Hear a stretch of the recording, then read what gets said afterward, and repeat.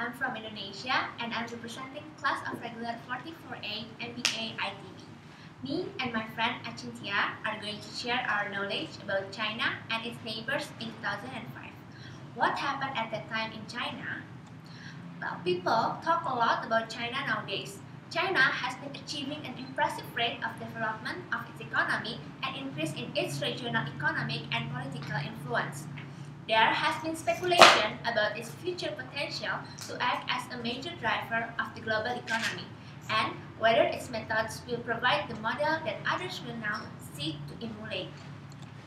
Well, so how does exactly China's economic development? In the mid-1980s, China introduced agricultural reform, breaking up the collective farms, liberalizing agricultural prices, and creating market incentives for the farmers. In the mid-1990s, China allowed inefficient state-owned enterprises to go bankrupt and sold to the private sectors.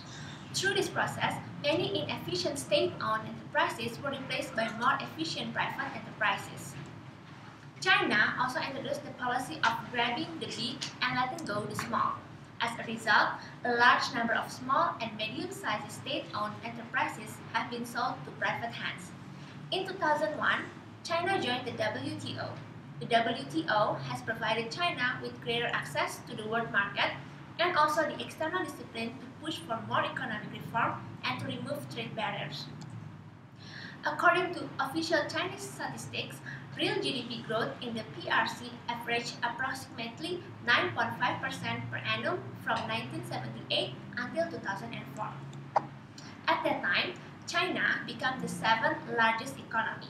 China's economic growth in the reform era had been along with its international trade. From 1978 until 2003, China's trade grew nearly 5 times faster than world trade. In 2003, China had become the world's fourth leading exporter. China exports commodities such as machinery, electrical, and electronic products. In the same time, China also became the world's leading importer. They import commodities such as natural resources. The rise in China's trade had been linked to the substantial cuts in Chinese import barriers. The average import tariff in 1980 is 50%. This tariff fell to 70% in 1998. In 2005, total tariff exemptions were reduced from 12.47% in 2002 into 0%.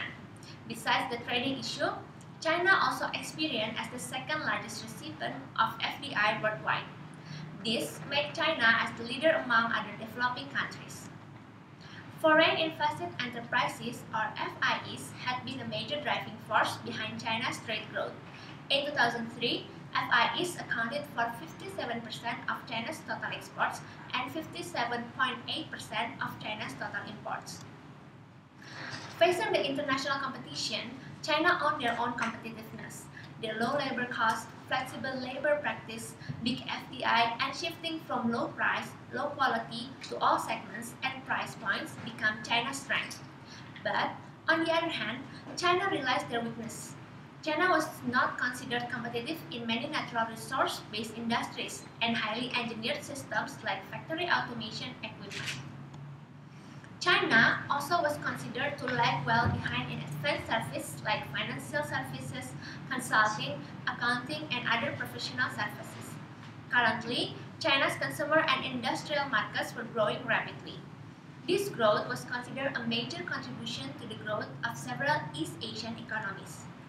Many in the region were concerned about China's emergence as a competitor in export markets and for foreign investment.